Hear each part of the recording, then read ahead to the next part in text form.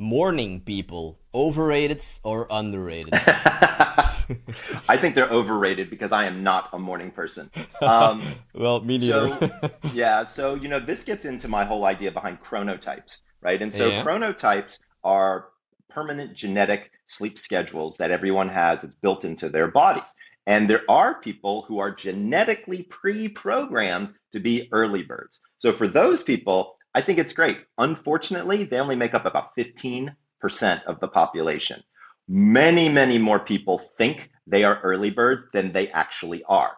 Let me tell you how you tell the difference. Early birds wake up between 4:30 and 5:30 in the morning without an alarm, ready to go every day. Those people are different, okay? They are, and to be fair, I think they're kind of weird. I don't get up that early. I don't understand why anybody gets up that early. I don't like mornings. I don't like morning people all that much. I mean, they're so chipper all the time. You know what I'm saying? So I'm a night owl, right? And so I don't want to get out of bed until 8:30, 9 o'clock in the morning, because that's much better time for me. So are morning people overrated or underrated? I would say that they're overrated because everybody wants to be one. And I would Yeah. say what is better to Mhm. do is figure out what your actual genetic chronotype is. If you go to my quiz, chronoquiz.com, you can learn it in about, I don't know, 3 minutes. And then you can actually figure out, and I actually give you your sleep schedule. So if you're an early bird, I tell you when to go to bed and when to wake up. If you're a night owl, if you're in between, or in a fourth category, what I call a dolphin or somebody with troubled sleep. So I would say that that is probably the best thing that you can do is to figure out what your chronotype is first, then determine if you can get that sleep.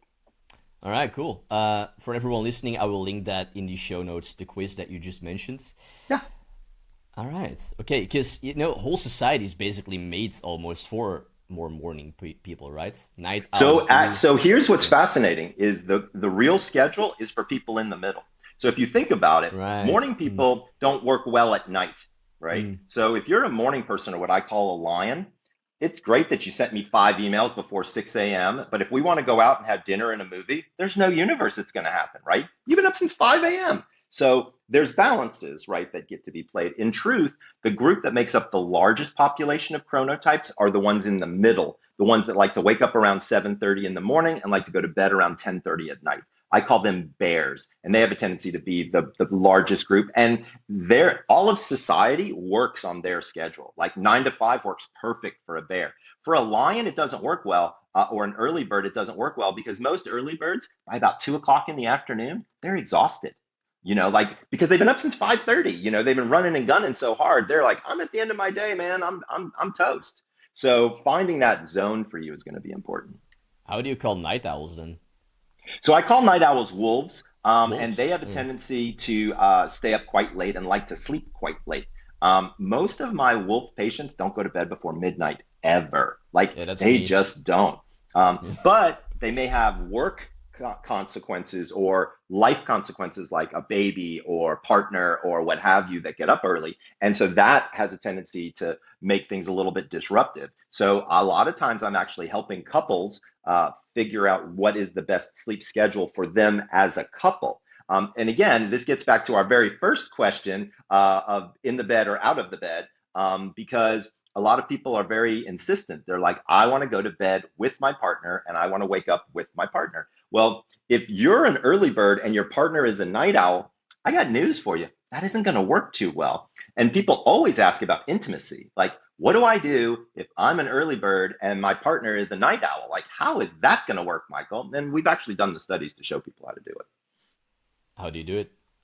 So what we do is I actually looked at the different arousal patterns, and so all of these chronotypes are based on when your melatonin kicks off in the morning time. So early birds, melatonin starts around 4:30, 5 o'clock in the morning. People in the middle, it starts around 6:37, and then people who are night owls like me, it starts around 7:38. There's also a group of irregular melatonin producing group that is Really? what I call my insomnia group or my dolphins. And that's how it kind of plans itself out.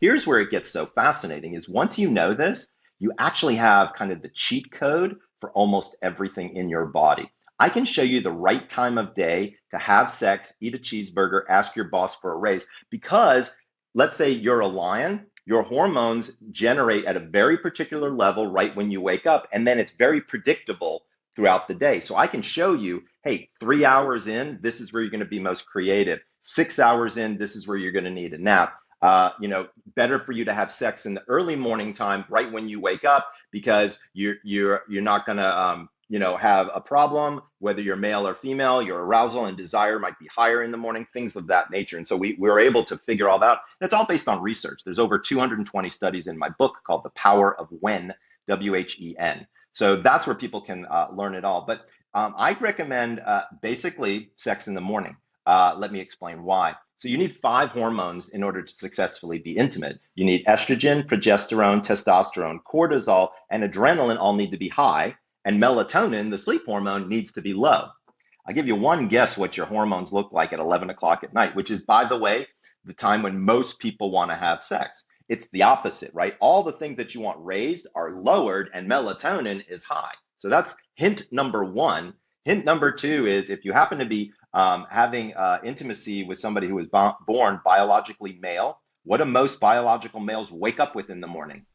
Yeah. An erection. If that isn't Mother Nature telling you when to use that thing, I don't know what is, right? So I give people 2 times, an early evening time and an early morning time for intimacy to see how it works. And what we've discovered is in my male patients or my biologically male patients, erections last longer. And performance is better. And for my female or biologically female patients, we see that connection is better, intimacy, that actual connection and feelings of emotion are closer when they're having intimacy in the morning time or at the preferred time based on their chronotype. So it's kind of interesting.